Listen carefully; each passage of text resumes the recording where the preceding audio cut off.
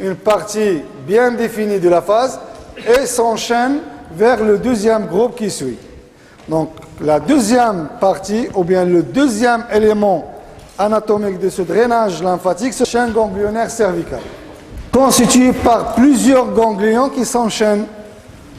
Plusieurs ganglions, un ganglion donne au deuxième, le deuxième donne au troisième, à la manière d'une chaîne. Pour cette raison, on parle des chaînes lymphatiques parce qu'ils sont constitués par plusieurs ganglions disposés à la manière d'une chaîne. Donc, dans ces chaînes lymphatiques, généralement, on distingue 3 parties de ces chaînes lymphatiques. Parce que lorsqu'on parle d'une chaîne lymphatique qui est constituée par plusieurs ganglions qui sont disposés verticalement, donc chaque chaîne lymphatique suit un élément anatomique donné. Elle suit soit la veine, soit le nerf. Dans l'anatomie du cou, les chaînes lymphatiques peuvent suivre soit une artère, soit une veine, soit un nerf. Et donc cette chaîne lymphatique prend le nom d'élément anatomique sur lequel elle est disposée. Lorsqu'on parle de la veine jugulaire interne, on parle de la chaîne lymphatique jugulaire interne. Lorsqu'on parle du nerf spinal, on parle de la chaîne spinale. Lorsqu'on parle du nerf récurrent, on parle de la chaîne récurrentielle. Lorsqu'on parle de l'artère cervicale transverse, on parle de la chaîne lymphatique cervicale transverse. Donc chaque chaîne est disposée le long d'un élément anatomique qui donne son nom à cette chaîne lymphatique. Et donc, grosso modo, on a 3 types de chaînes. On a les chaînes jugulaires, on a les chaînes, ou bien la chaîne spinale, et on a la chaîne cervicale transverse, et on va commencer par les chaînes jugulaires.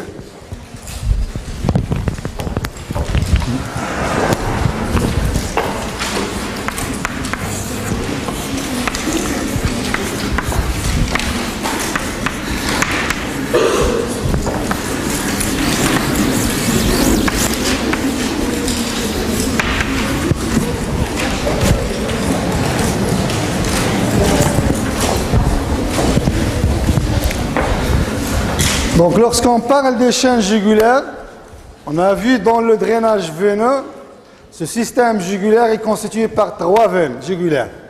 Vous avez la veine jugulaire antérieure en avant, la veine jugulaire externe en latéral, et la veine jugulaire interne verticalement au niveau du milieu du cou. Si on veut schématiser ça, c'est juste on va mettre une flèche. Là c'est la veine jugulaire antérieure. Là, c'est la veine jugulaire externe. Et là, c'est la veine jugulaire interne.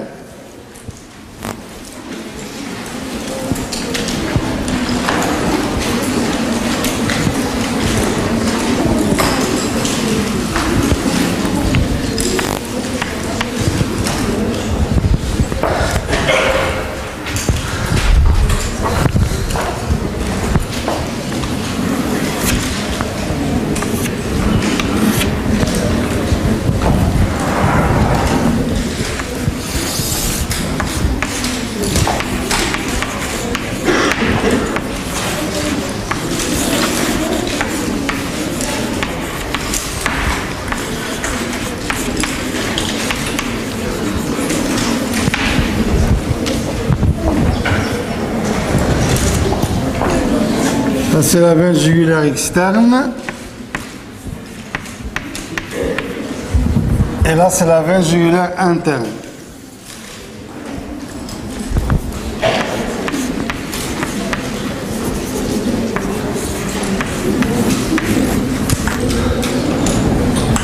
Un autre élément anatomique important ici, c'est l'artère cervicale transverse.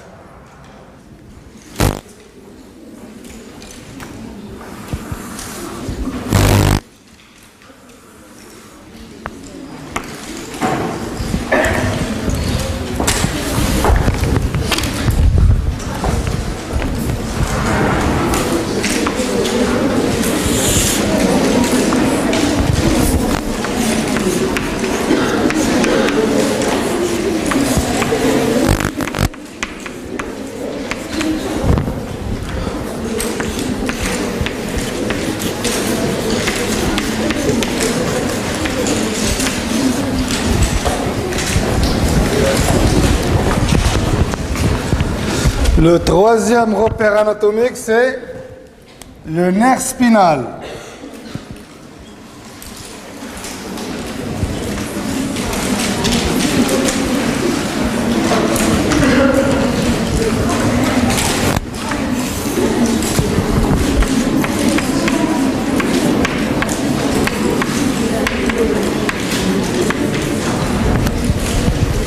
Voilà.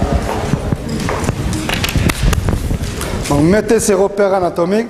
Ce sont les éléments anatomiques qui vont donner leur nom aux chaînes cervicales qu'on va voir. Donc vous avez le système jugulaire, le système veineux jugulaire avec la veine jugulaire antérieure, la veine jugulaire interne et la veine jugulaire externe.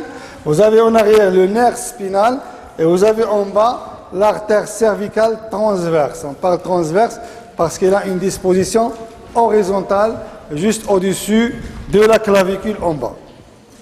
Et donc on va commencer par les chaînes jugulaires. Donc, les chaînes jugulaires sont au nombre de 3.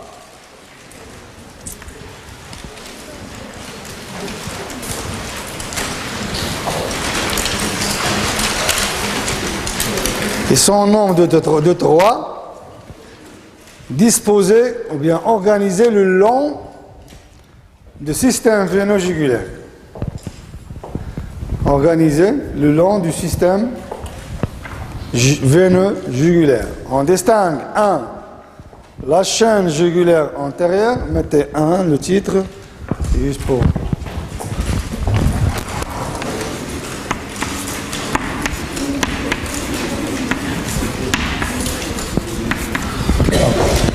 La chaîne jugulaire antérieure, elle est constituée par plusieurs ganglions superficiels,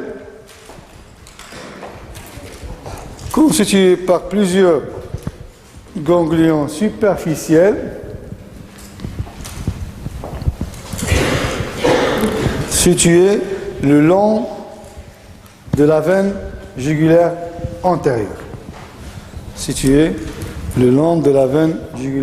antérieure. Ah, le schématisé ici.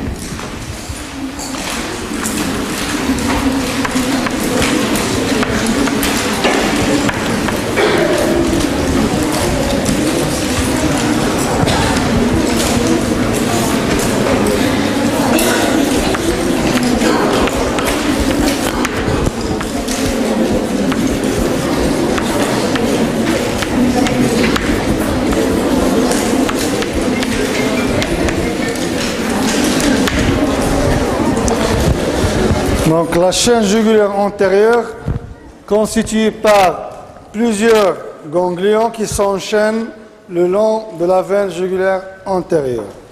Deuxième chaîne, c'est la chaîne jugulaire externe.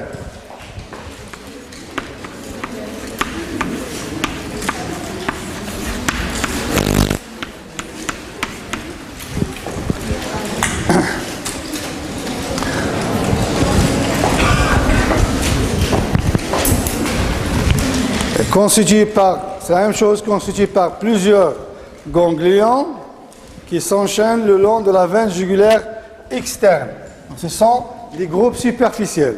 Donc le groupe jugulaire antérieur et le groupe jugulaire externe, ils sont superficiels parce que les veines sont superficielles.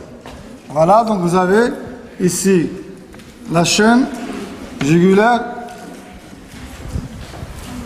Voilà, on va mettre ça ici.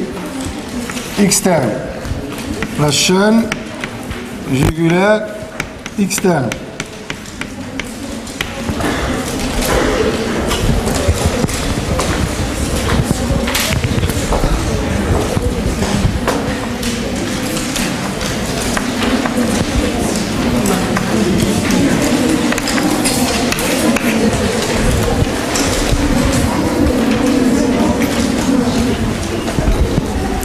La troisième chaîne, c'est la chaîne jugulaire interne.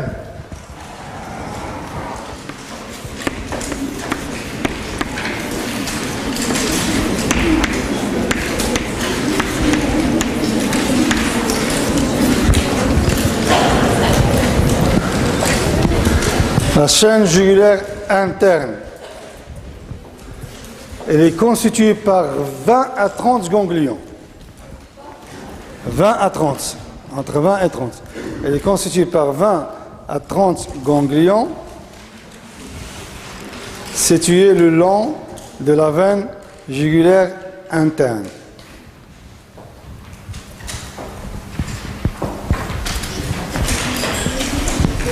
C'est la chaîne lymphatique principale, de la tête et du cou. Elle draine la grande partie de la lymphe de la tête et du cou.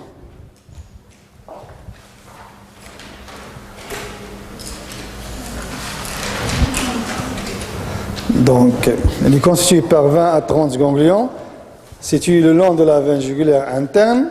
C'est la chaîne lymphatique principale de la tête et du cou parce qu'elle draine la partie principale de la lymphe de cette région. Cette chaîne reçoit la lymphe,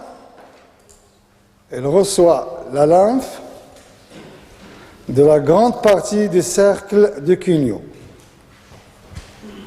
Elle reçoit la lymphe de la grande partie du cercle de Cugno. Donc le cercle de Cugno se draine en grande partie vers cette chaîne jugulaire interne. Elle est constituée par 3 sous-groupes.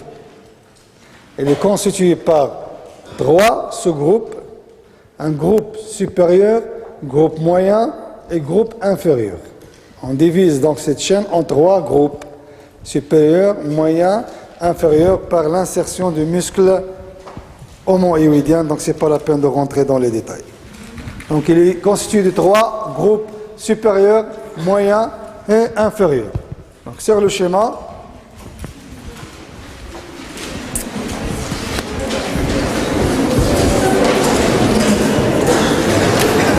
on va utiliser.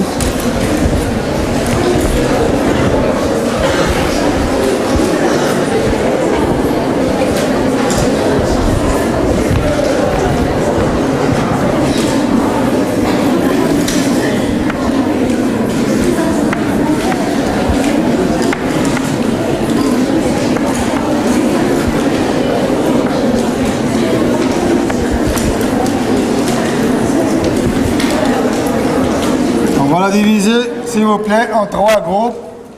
Donc regardez ce trait qui indique les 3 groupes. Groupe supérieur, groupe moyen et groupe inférieur. C'est la chaîne, mettez ça parce que moi j'ai pas d'espace, la chaîne jugulaire interne, la chaîne lymphatique jugulaire interne.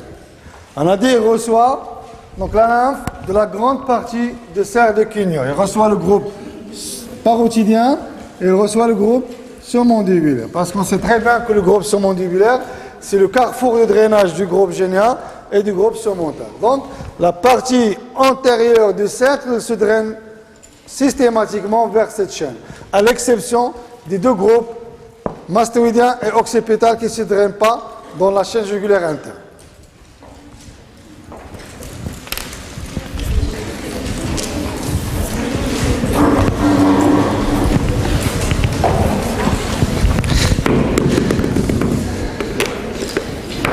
Donc on récapitule.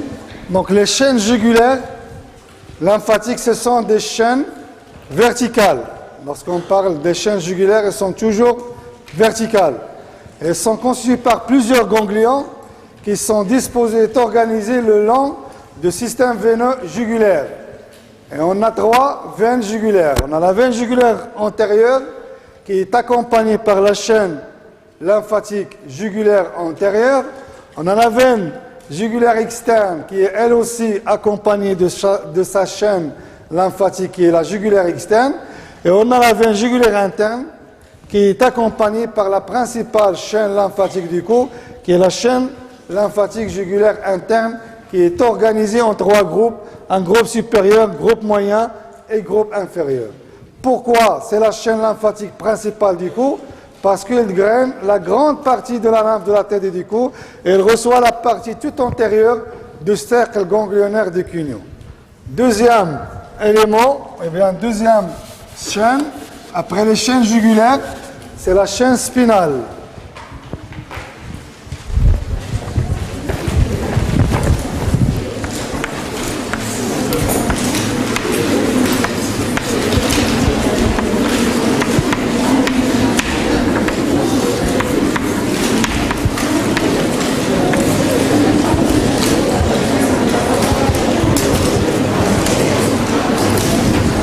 La chaîne spinale, comme son nom indique, est constituée par plusieurs ganglions, situés le long du nerf spinal. C'est quel paire crânien ce nerf spinal? La 11e. Qu'est-ce qu'il fait? C'est un nerf moteur ou sensitif? Moteur. Qu'est-ce qu'il fait? Lorsqu'il est endommagé, qu'est-ce qu'on peut avoir comme pathologie? Paralysie de quoi? Trapèze. Et ça se manifeste comment? Un patient qui a une paralysée? Hein? Parce que le spinal est divisé en deux branches. Il y a la branche externe et la branche interne.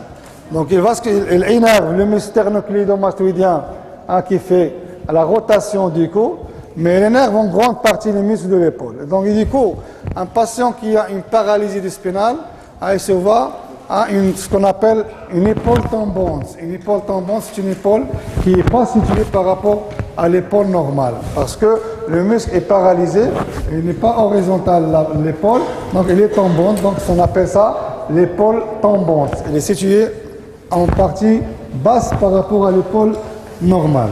Donc cette chaîne lymphatique, il suit le nerf spinal. Et donc c'est la chaîne postérieure du cou. Parce que le nerf a une disposition anatomique postérieure au niveau de la région cervicale. Donc c'est une chaîne lymphatique cervicale postérieure, constituée par plusieurs ganglions qui sont situés le long du nerf spinal. Voilà, on va le regarder sur le schéma. Voilà, j'ai un problème des couleurs pour ne pas...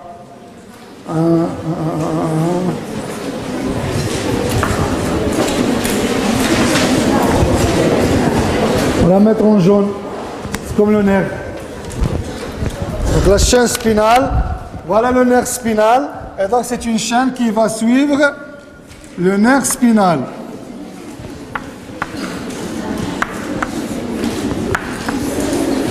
Donc c'est la chaîne la plus postérieure de la partie cervicale. La chaîne la plus postérieure de la face, c'est la chaîne occipitale. Au niveau du cou, la chaîne la plus postérieure, c'est la chaîne spinale. Donc cette chaîne spinale reçoit la lymphe du groupe ganglionnaire restant du cercle de Cugno. Donc il reçoit le groupe occipital et le groupe mastoïdien. Donc on va la mettre sous forme de flèche, voilà, vers la chaîne spinale. Donc le groupe occipital et le groupe mastoïdien. Donc cette chaîne spinale reçoit la lymphe du groupe mastoïdien et du groupe occipital.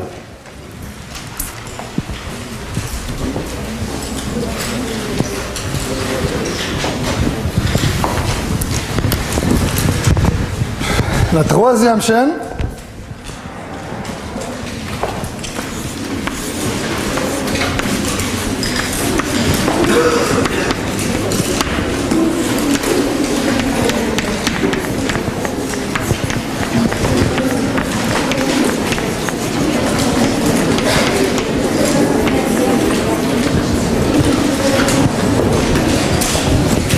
la chaîne cervicale transverse. Comme son nom l'indique, donc plusieurs ganglions qui sont situés horizontalement le long de l'artère cervicale transverse. Donc cette chaîne est une chaîne horizontale. C'est une chaîne cervicale horizontale à la différence des autres chaînes cervicales. Parce que les autres chaînes cervicales, ils ont une disposition verticale. Là, c'est le contraire. C'est la seule chaîne cervicale qui est horizontale. Donc, il est constitué par plusieurs ganglions situés horizontalement le long de l'artère cervicale transverse. Alors, on va la schématiser.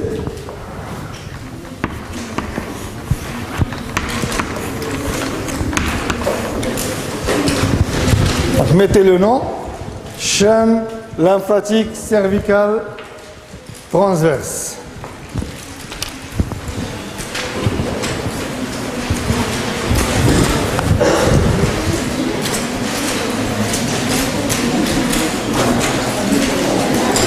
Donc, ce sont les principales chaînes cervicales. Une autre notion anatomique importante ici, c'est que les trois chaînes lymphatiques, donc la chaîne jugulaire antérieure, la chaîne spinale en arrière et la chaîne cervicale transverse en bas, communiquent entre elles, comme vous voyez sur le schéma. Donc ces trois chaînes communiquent. D'accord? Donc les trois chaînes, on les mettait entre parenthèses, jugulaire interne, spinale et cervicale transverse, communiquent entre elles. Ça veut dire qu'elles se drainent entre elles.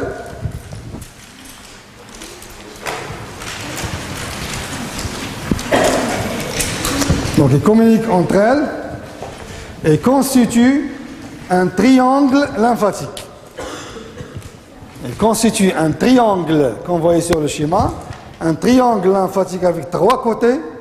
Côté antérieur, jugulaire interne, côté postérieur, spinal, et côté inférieur, cervical transverse. Ce triangle lymphatique s'appelle le triangle de... Allez-y. Ça vous dit rien?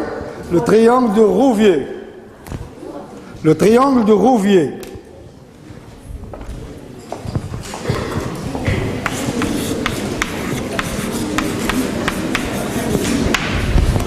Alors vous mettez R ici. C'est le triangle de Rouvier.